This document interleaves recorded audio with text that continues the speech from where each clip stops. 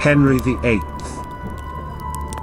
By the grace of God, King of England and of France, Defender of the Faith, Lord of Ireland, and on earth immediately under God. Supreme Lord of the Church of England. To our trusty and well-beloved servant, Edward Mustians, greetings.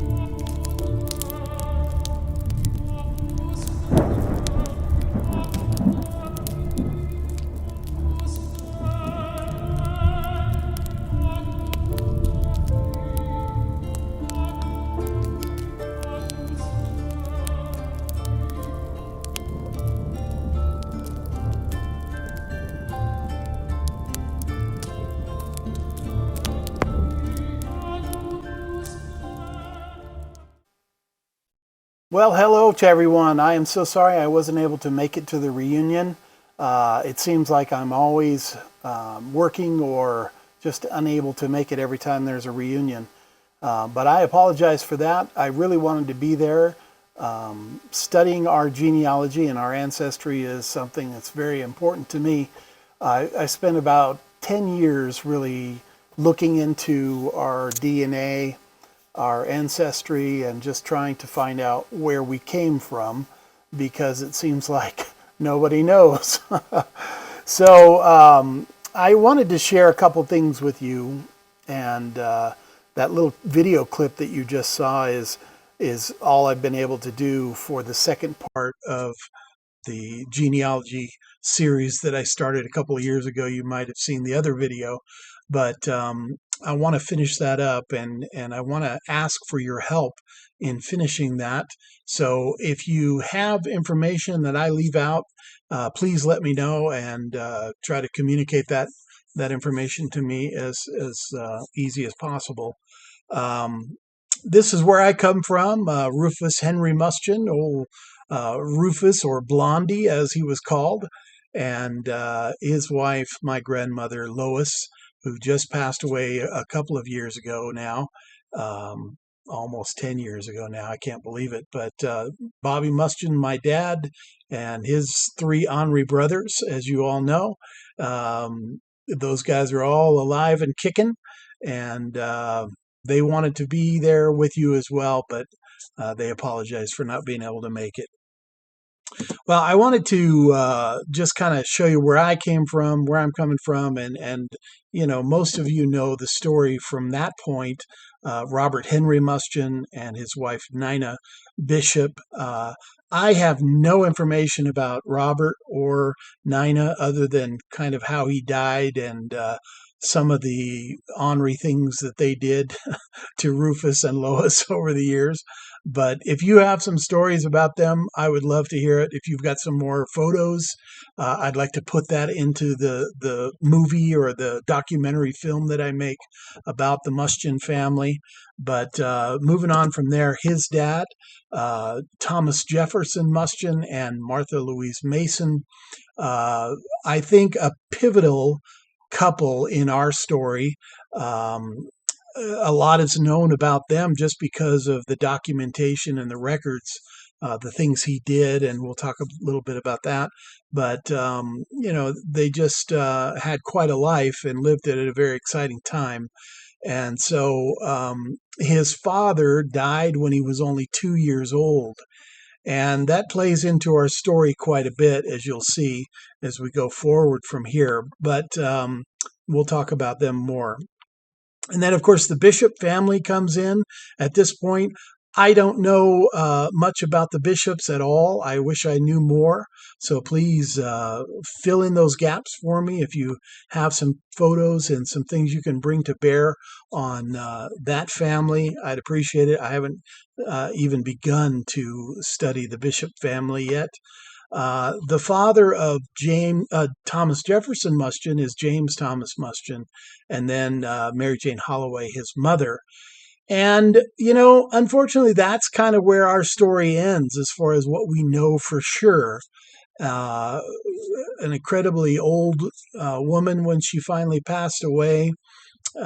She had 15 kids. I've got a lot of documentation I'm not going to share with you on her, but quite a woman. And it would appear that James Thomas Mustian died very early on in their marriage, and so he didn't play much of a role in her life. But of course, he's the father of all of us at some point back in the genealogy there. And so that is, when we study our genealogy, we kind of get stuck right there at James Thomas because we can't go anywhere from there. We know that there's a lot of Mustians living out in South Carolina, North Carolina, even Virginia area, but we have a hard time piecing together where we came or where the connection is between us and them. And so I've tried to bridge that gap a little bit in this presentation. Again, there's Tillman Bishop and Sarah Wigley. And again, if you have more information about that family, I'd love to hear it and incorporate that into the film that I make. One of the reasons that we don't know anything further back from James Thomas is this story right here. In the LaCroix family tree, a story is told of Grandma Marlar, who again was Mary Jane Mustian, the wife of James Mustian, early on. When she was young, a wagon train left Louisiana going out west. We don't know how far they got, but when they were attacked by Indians, some were killed, but many returned to Louisiana. Her first husband, James Thomas, Tom Mustian they called him, appears to have been killed in the Indian raid. He died 2 years before she married Grandpa Marlar, and again 2 years after Thomas Jefferson was born. And so Thomas Jefferson was only 2 years old when his father died. And so that plays a major part in the fact that we don't know our history and our legacy and our tradition as much as most families do. Most families can go back several hundred years, and we get cut short just after the Civil War, essentially, or just before the Civil War. And so this, of course, leaves out all the verbal history that James Thomas Mustian could have shared with his son, Thomas Jefferson Mustian, that he didn't share. And so I think it's a call for us to pass on that information to our children so that they know, so that they don't end up starting to think something like, oh, we must be Armenians. We're not Armenians, by the way, and I'll talk about that a little bit. But that's part of the study that I've done, is try to find out where our family tree comes from and what nationality we are and those kind of things. But again, from the LaCroix family tree, that's the Holloway side of the family. The other reason that we don't know anything about our genealogy and even when and where James Thomas was born is because they were living in Louisiana at the time of the Civil War, or the family had moved back to Louisiana at the time of the Civil War, and they had been living there since 1820s time frame. But at the end of the Civil War, there was basically a scorched earth kind of policy from the Northern armies, where they came in and they just started burning towns and destroying all infrastructure so that the Confederates could not, re-engage in the battles. And as a part of that, the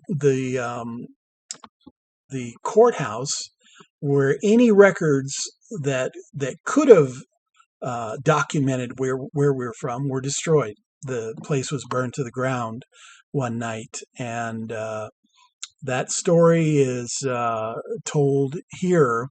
It was early in the morning on May 13, 1864, when Union soldiers burned 90% of Alexandria, Louisiana, down to the darkest day in history of the city.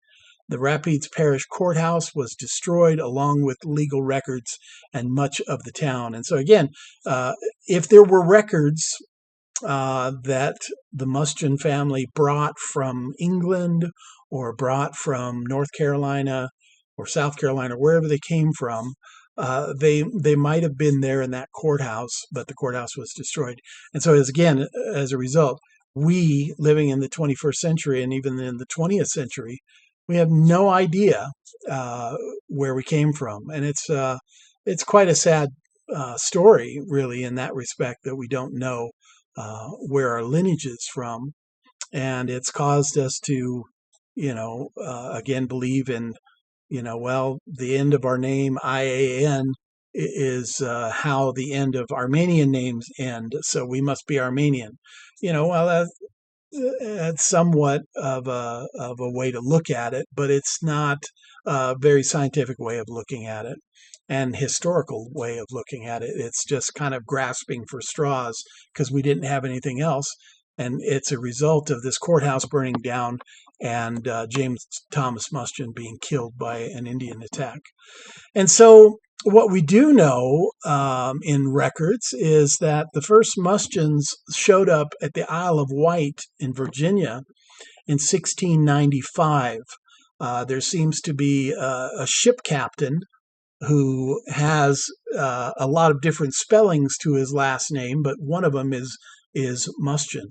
And so it appears that possibly he was a ship captain who came and retired here, and as a result of bringing the ship full of pilgrims, he was granted some land, and that's where the Mustian clan seems to have come into the United States at the Isle of Wight on a ship. Now he's not on any particular ship that has the records that we would normally look for in genealogy studies, and that's why you can't find it.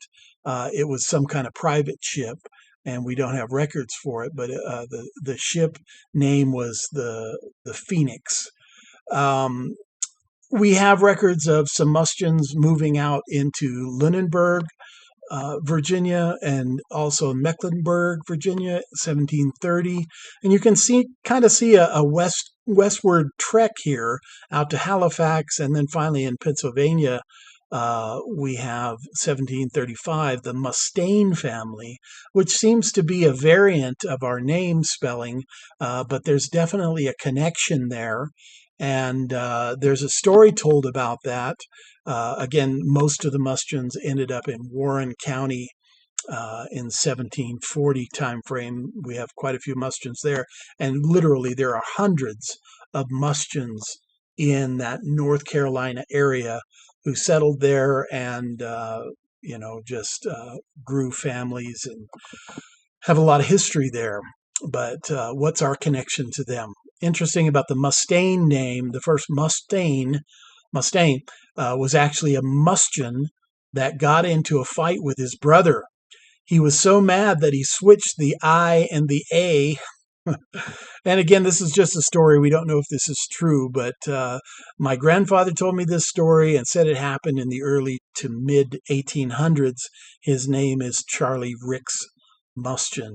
And so, again, it's one of those stories you just don't know if it's myth or if it's true or not, but that is a story about these families, and there is definitely a connection between a lot of different spelled Mustian type names, Mustin, Mustin, down towards Alabama area and South Carolina area, Georgia area. You find some Mustins down there, out into Pennsylvania and in that area of Virginia, and up into the north you find the Mustaine family.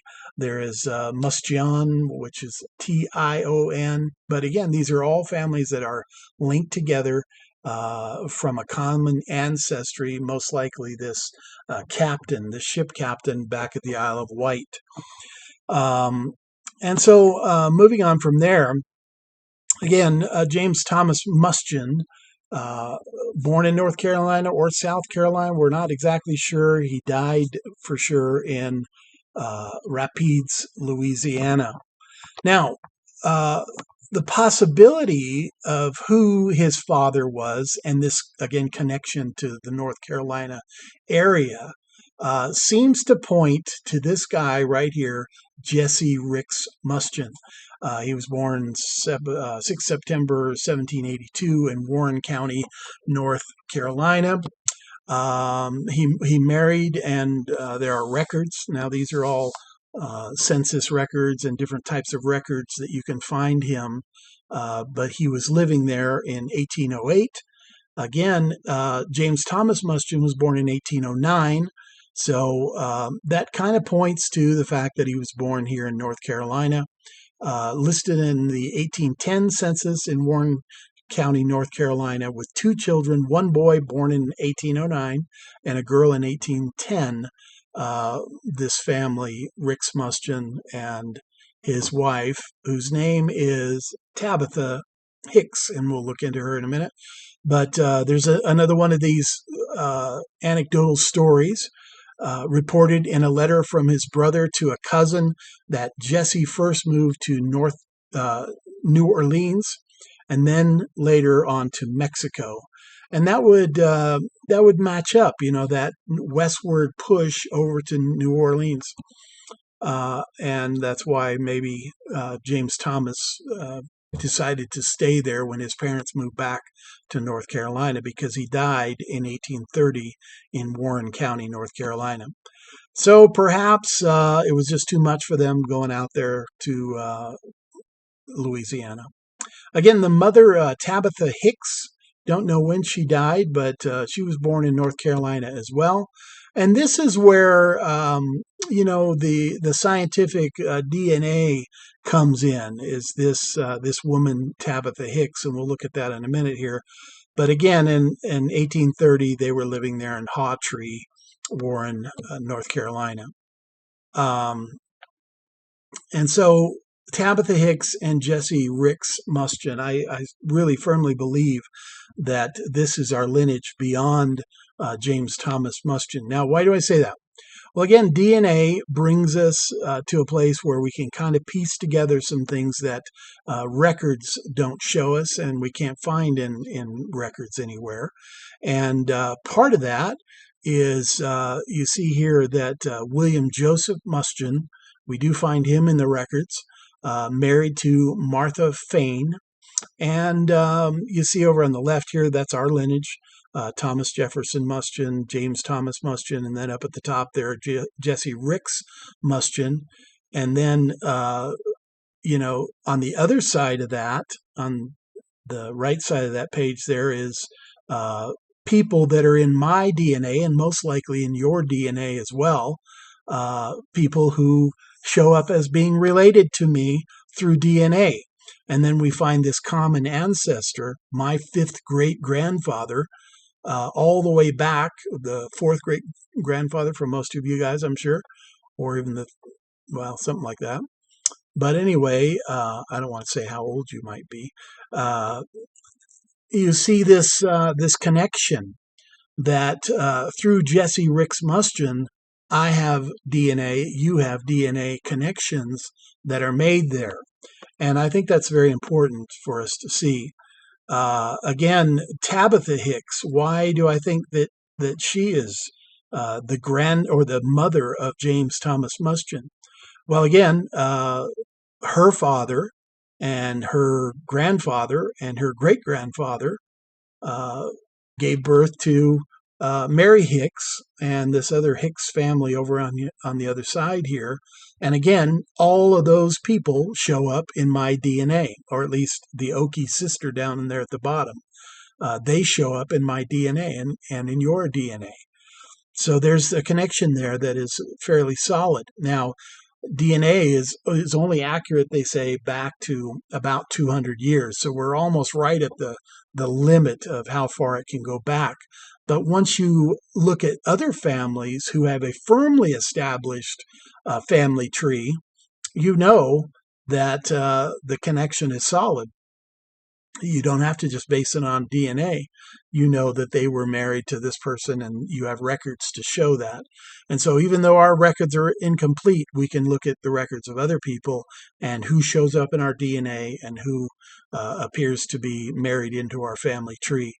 Another name that's very prominent is this name Fane. Again, this is the mother-in-law of Jesse Ricks Mustian, and or actually the mother of Jesse Ricks Mustian. She comes from this family, the Fane family, who are also from the Clanton family. Her grandmother was for the Clanton family. And again, I'm related through DNA to these people over here on the other side. Marco Jarvis shows up in my DNA tree. And so Hannah Briggs, another, these names. And if you've ever tried to look at your DNA, look up these names: the Briggs family, the Clanton family, the Fane family, and you will see that they show up in your DNA as well as being connected, again, to Jesse Ricks and to Tabitha Hicks. Now, what also is just another example of the fact that we're related through DNA to the Fane family. Again, a lot of spelling changes, and they weren't too particular about how to spell things back in the day, so that's why you see so many differently spelled names. When they come into the country, sometimes their name was misspelled or deliberately spelled different to sound more American for some reason. And that's why you find the different names, but you still have the connections that are made there. And so there's another connection there,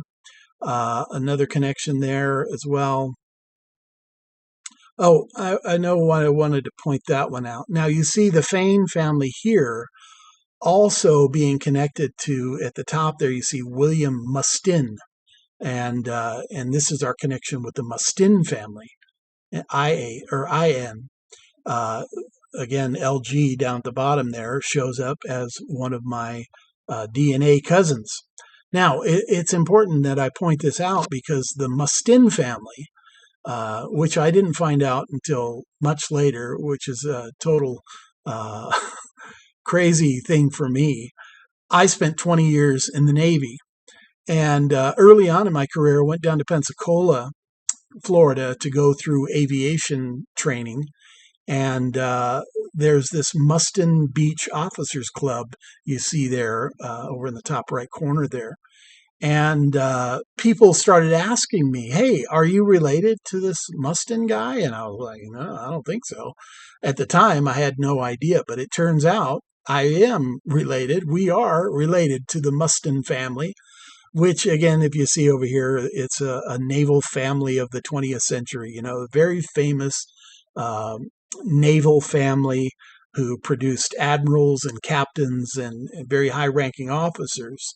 But the very first of those Mustins, and the reason the family name is so famous, is because on November 5th, 1915, Lieutenant Commander Henry C. Rum Mustin, Naval Academy graduate, known as the father of naval aviation and principal architect of the catapult launch, was shot off the bow of the USS North Carolina at Naval Air Station, Pensacola, Florida, in his Curtiss AB-2 flying boat, making him Naval Aviator number 3. And so it's quite amazing, this connection with this family that we have, and especially for me, after being in naval aviation. I worked on aircraft carriers and flew in helicopters my whole career. And then I find out I have this connection with this incredible father of naval aviation guy. And, there's a lot of stories about him as well. One here, during the Spanish-American War in the Philippines, Rum Mustin was court-martialed after a night of carousing in the Philippines. He liked to drink rum, evidently. He was later restored to his rank by President Theodore Roosevelt, who learned that Rum had punched out a British naval officer for insulting the U.S. Navy. So it's quite a story. And then you see his U.S. Navy air pilot license there, Naval Aviator number 3. And so I'm very proud of that, and you should be as well, that we're connected to that family. And again, there is DNA connection there. There is family tree connections and documentation that we are connected to that family. Another interesting story, the connection here with the Tabitha Hicks, her dad, Daniel Hicks, and his mother, Elizabeth Betsy Williams was the daughter of this Nathaniel Williams, who married Mary Elizabeth Washington. Keep that name in mind. Again, we are connected through DNA to Mary Elizabeth Washington. And there's this little connection here that she just happens to be the cousin, a first cousin of President of the United States, George Washington. So I am a first cousin 9 times removed from George Washington. There you go. Now, there's always, well, is that accurate? Well, who knows? But as you study it, it appears that it is accurate. And I did some double checking, and I'm satisfied that it's accurate, because our family was there at that part of the country, in that part of the country, for the Revolutionary War. We were some of the founding, not founding fathers certainly, but we were there at the beginning, 1695. I mean, we were there at the beginning of our country, and that's something that fills me with a lot of pride, that we were there at the beginning. And it shows you a little bit about our family, that we were willing to come over to the United States at the beginning of the creation of our country, and do the hard work that was required to establish the land, and all those kind of things, and fight the battles, fight the wars that needed to be fought. And so that's a little side note there, but I'm very proud of that. Another character that we find is Avery Mustian. You see his name there, Mustian.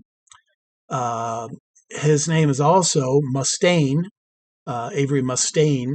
And so again, you have these spelling errors that come in, but we do find a close connection with this family that moved out to the Pittsylvania part of Virginia. Evidently, there was a split from the family early on. Possibly 2 brothers just split off. But he is also in our, I think it was a colonel in the Revolutionary War.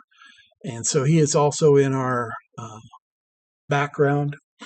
Another part of this that really shocked me. I've always known that our family is quite adventurous, quite entrepreneurial, a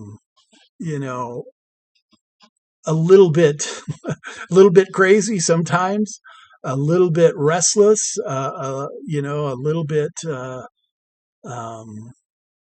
unhinged, maybe you might even say.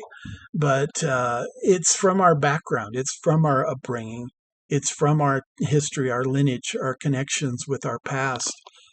It's from families coming over before the Revolutionary War.